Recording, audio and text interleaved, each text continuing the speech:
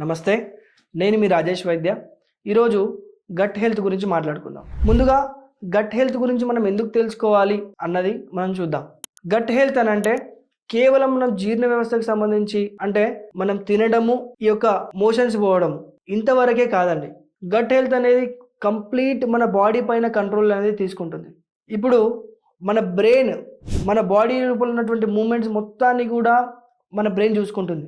Brain తర్వాత మన body మొత్తాన్ని కూడా ఇన్ఫ్లుయెన్స్ చేయగలిగే ఏదైనా సిస్టమ్ ఉందా అని అంటే అది గట్ సిస్టమ్ అండి. అందుకే గట్ని మనం సెకండ్ బ్రెయిన్ అంటాం. మీకు గుర్తుందో లేదో, పావ్లావ్స్ ఎక్స్పెరిమెంట్ అని ఉంటుంది. అంటే ఒక కుక్కపిల్ల ఉంటుందండి. ఆ కుక్కపిల్లకి ప్రతిరోజు పొద్దున 9 గంటలకి గంట కొట్టి దానికి ఫుడ్ ఇవ్వడం జరుగుతుంది. దాని ఫేవరెట్ బిస్కెట్స్ ఇస్తారు. ఆ ఫేవరెట్ బిస్కెట్స్ రోజు, అంటే ఒక వారం రోజుల పాటు కంటిన్యూగా ఇస్తూ ఉంటారు. సో ఆ బిస్కెట్స్ రాగానే దానికి సలైవా, అంటే సొల్లు అనేది కారుతూ ఉంటుంది. సో లాలాజలం నోటి నుంచి వస్తూ ఉంటుంది. ఒక 7 రోజుల తర్వాత దానికి అదే సమయంలో 9 గంటల సమయంలో గంట కొట్టి బిస్కెట్స్ ఇవ్వకుండా ఉన్నారు, కానీ నోట్ల నుంచి లాలాజలం వచ్చింది.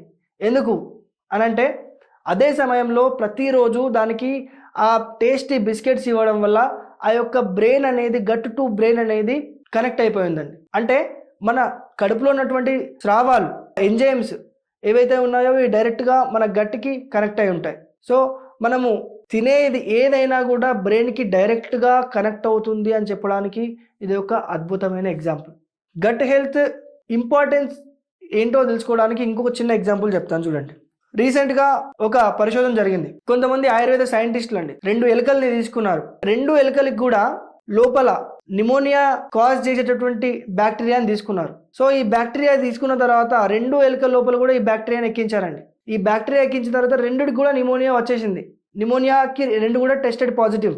కొన్ని రోజుల తర్వాత వీళ్ళు ఏం చేశారంటే 2 ఎలుకలకి, ఒక ఎలుకకి కేవలం నిమోనియాని అంతం చేసేటటువంటి మెడిసిన్, ఆయుర్వేదిక్ మెడిసిన్, అంటే యాంటీబయోటిక్ అనమాట, ఆయుర్వేదిక్ యాంటీబయోటిక్ ఒక ఎలుకకి ఇవ్వడం జరిగింది. ఇంకో ఎలుకకి కేవలం ఈ యొక్క గట్ హెల్త్ని పెంచే ఔషధాలు ఇవ్వడం జరిగింది.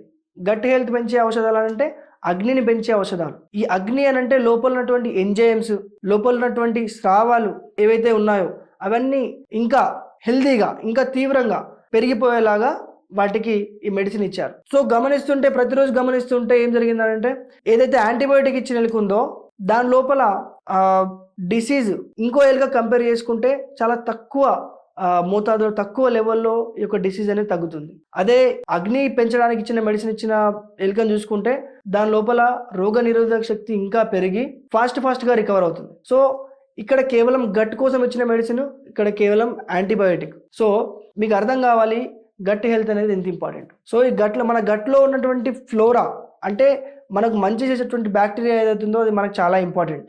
మనము తీసుకునే ఆహారం కేవలం మన జీర్ణాశయాన్ని, మన పేగుల్ని కాకుండా కంప్లీట్ శరీరాన్ని ప్రభావితం చేస్తుంది. గట్ లోపల మనకి అగ్ని అనే అంశం చాలా ఇంపార్టెంట్ అండి. అగ్ని అంటే మనకు టోటల్గా 13 రకాల అగ్నిలు అనేవి ఉంటాయి. సో మనం ఏ టైంకి తినాలి, ఏ టైంకి తినకూడదు అన్నది క్లియర్గా మన గట్ పైన డిపెండ్ అయి ఉంటుంది. మనం గనుక రాత్రిపూటలు, ఈరోజు మనం చూస్తున్నాం 4 AM 3 AM 2 AM బిర్యానీలు అని చెప్పేసి, లేకపోతే లేట్ నైట్ ఫుడ్స్ అని చెప్పేసి చాలా చోట్ల మనం చూస్తున్నాం. కానీ ఆయుర్వేదంలో ఈ డే టైంలో కూడా కేవలం మార్నింగ్ అండ్ నైట్ ఒక ప్రిస్క్రైబ్డ్ టైం పీరియడ్ చెప్పారు ఎప్పుడు తినాలని చెప్పేసి. కాకపోతే ఈరోజు మనం జీర్ణాశయాన్ని పట్టించుకోకుండా, డైజెషన్ స్టేటస్ని పట్టించుకోకుండా, మన గట్టిని పట్టించుకోకుండా విచ్చలవిడిగా ఆహారం తింటున్నాం. దీనివల్ల చాలా హెల్త్ సమస్యలు వస్తాయి, ఆటో ఇమ్యూన్ డిసీజులు వస్తాయి.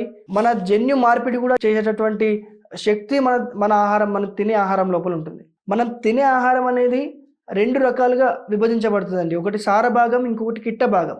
సార భాగం అంటే ఏదైతే మన బాడీని నరిష్ చేస్తుందో అది సార భాగం.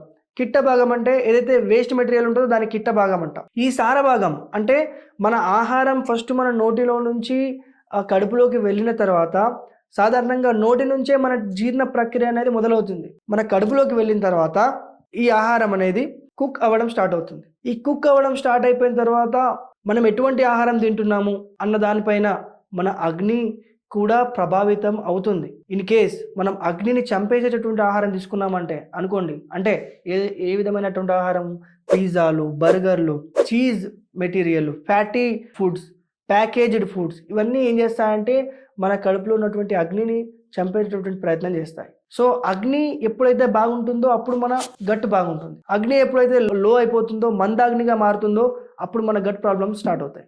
అవి తిన్నప్పుడు అటువంటి ఆహార పదార్థాలు కడుపులో నుంచి పేగుల్లోకి వెళ్ళిపోవడం జరుగుతుంది.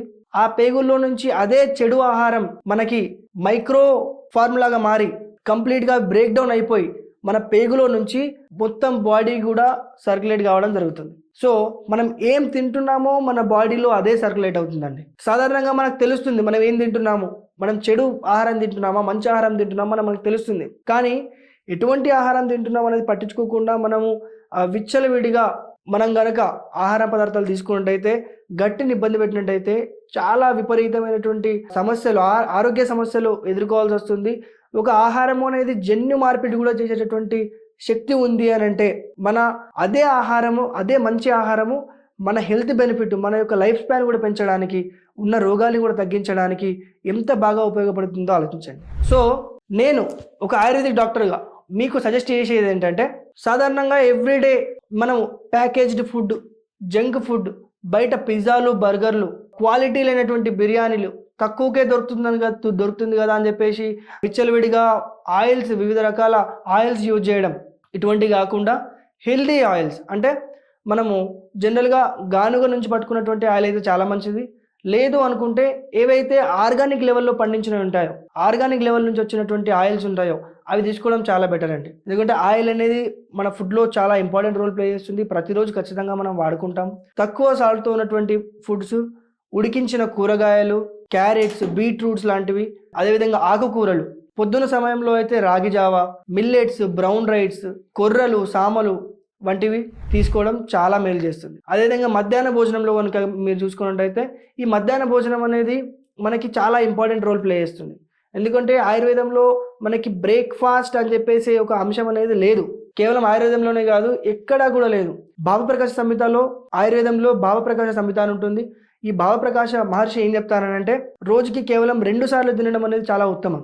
మనకు చాలా మంది అడుగుతూ ఉంటారు బ్రేక్ఫాస్ట్ అవసరమా లేదా, బ్రేక్ఫాస్ట్ స్కిప్ చేయొచ్చా అని చెప్పేసి. సాధారణంగా మన తెలుగు రాష్ట్రాల్లో బ్రేక్ఫాస్ట్ లేనిదే ఆ రోజు గడవదు. సో ఖచ్చితంగా మనకు బ్రేక్ఫాస్ట్ టిఫిన్ అనేది ఉండాల్సిందే. ఈ యొక్క టిఫిన్ కాన్సెప్ట్ అనేది 2003లో మనకి ఈ బ్రేక్ఫాస్ట్ కాన్సెప్ట్ అనేది చాలా పెరుగుతూ వచ్చింది.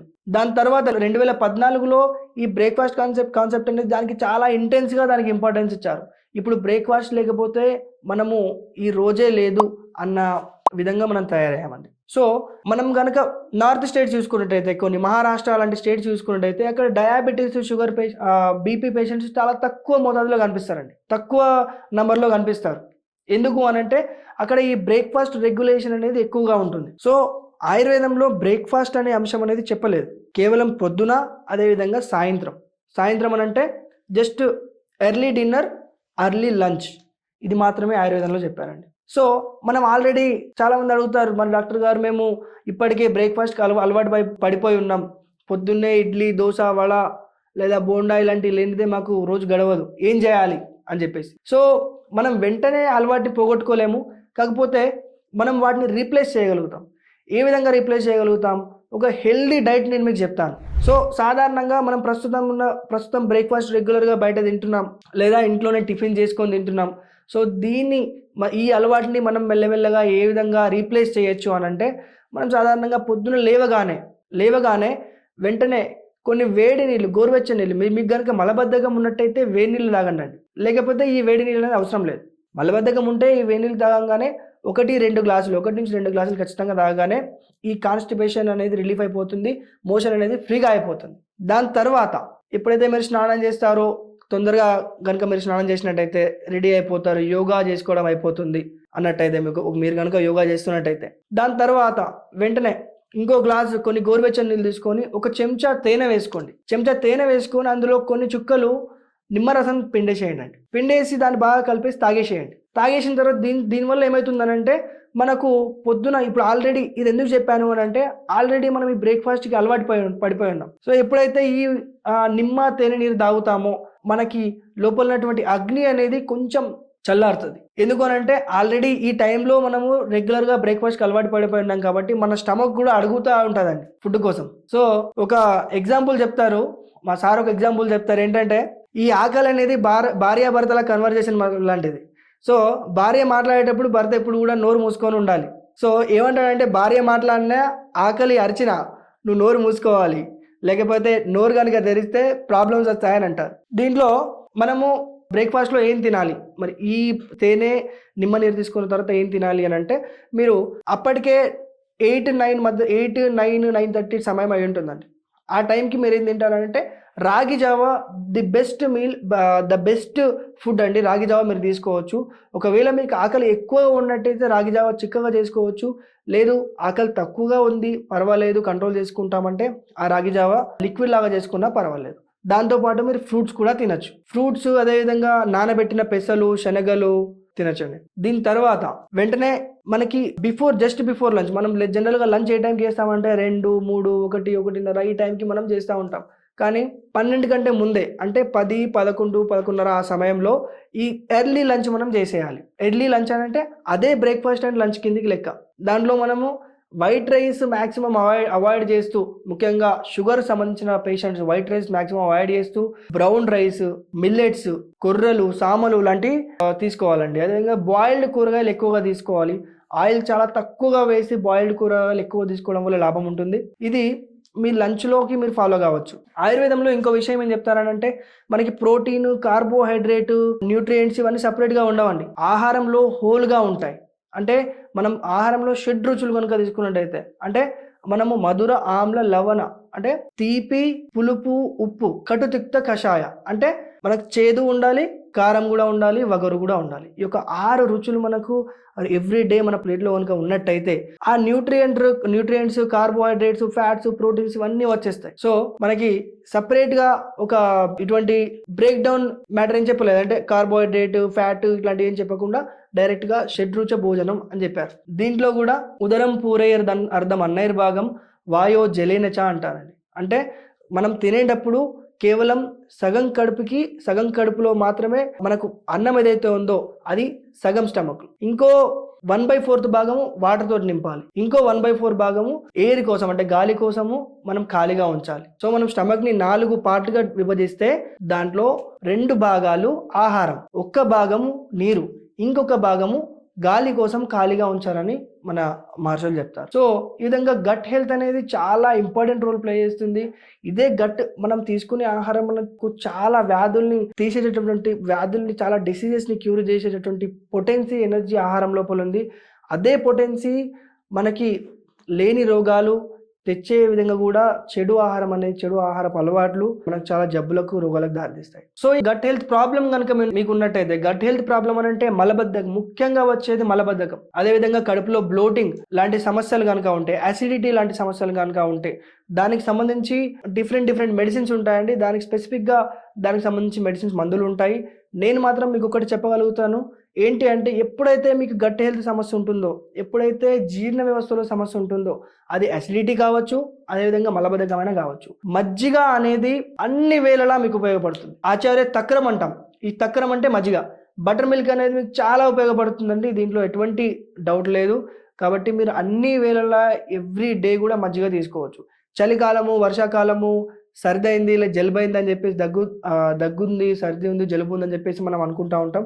కానీ అటువంటి అపోహలు ఏం అవసరం లేదు. ఈ యొక్క మజ్జిగ అనేది మీరు రెగ్యులర్గా తాగొచ్చు. గట్ హెల్త్ ప్రాబ్లమ్స్ కనుక ఉన్నట్టయితే మీరు ఇమ్మీడియట్గా మీ యొక్క దగ్గర ఉన్నటువంటి ఆయుర్వేదిక్ డాక్టర్ని సంప్రదించండి.